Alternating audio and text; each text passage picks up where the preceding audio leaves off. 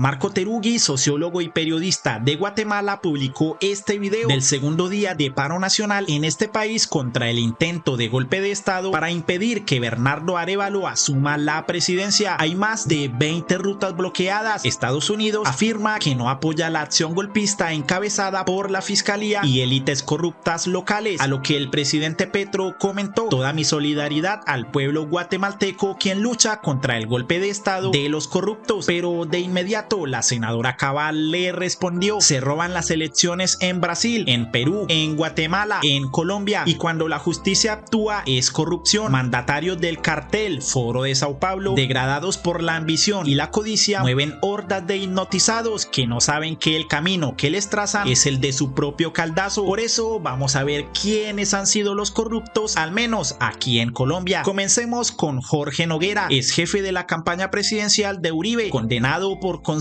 para delinquir y homicidio agravado en 2007. También fue condenado por sus vínculos con grupos paramilitares. Andrés Felipe Arias es ministro de Agricultura, también del gobierno Uribe, y condenado por el escándalo de Agroingreso Seguro, por lo que fue inhabilitado por 16 años en cargos públicos y paga una condena de 17 años de prisión. Y a quien Paloma Valencia con orgullo defiende, María del Pilar Hurtado, fue directora del DAS también en el gobierno Uribe. Se encuentra al día de hoy privada de la libertad por el escándalo de las chuzadas del DAS. Fue buscada por la Organización Internacional de Policía Criminal después de que este organismo emitiera una circular roja, y condenada a 14 años de prisión por el delito de concierto para delinquir, peculado por apropiación, violación ilícita de comunicaciones, falsedad de documento público y abuso de autoridad. Sabas Pretel también fue ministro del Interior de Uribe y embajador en varios países. Fue inhabilitado y destituido por la Procuraduría por el escándalo de la Yidis política, nombre que se le dio al escándalo en el que Yidis Medina admitió que aceptó sobornos de funcionarios del gobierno Uribe a cambio de su voto favorable para el proyecto que buscaba que Álvaro Uribe aspirara a un segundo mandato presidencial. Pretel fue condenado a 6 años de prisión por corrupción, es decir, que el gobierno Uribe sobornó a varios congresistas para que aprobaran el proyecto de ley que permitía su reelección. Bernardo Moreno fue secretario general de Uribe, fue investigado por tráfico de influencias y condenado por las chuzadas del DAS y también por el escándalo de la Yidis política. Oscar Iván Zuluaga, militante del Centro Democrático, compañero de Cabal y ex candidato presidencial del uribismo, hoy está vinculado con el escándalo de Odebrecht, pues Daniel García Arizabaleta, también compañero de Cabal en el Centro Democrático, no pudo ocultar los cheques que eran girados por Odebrecht para financiar la campaña, que por cierto la senadora Cabal defendió. Y podríamos continuar, de hecho continuemos, pues no nos olvidamos de Ciro Ramírez, último investigado del Centro Democrático, acusado de hacer parte de un entramado de corrupción de la red de las marionetas, que al parecer tramitaba jugosos contratos en distintas zonas del país, liderada por el ex senador Mario Castaño, ya condenado. Creemos que por estos humildes personajes la senadora María José Pizarro le respondió a Cabal. Hablan los que impulsaron una reelección aprobada con corrupción y los que tuvieron candidato financiado por Odebrecht. La historia nos da la razón y las mayorías no se dejan engañar. Saben que los gobiernos de cambio en la región se hacen a pulso y con el cariño de la gente. Y ante las palabras de Cabal, donde critica el supuesto resultado de gobiernos de izquierda como el de Petro y Claudia López, el mismo presidente le respondió: cuando se hace la investigación de estas bandas, terminan sus jefes vinculados a líderes políticos de las extremas derechas. La senadora podría investigar para su control político el caso de Pereira.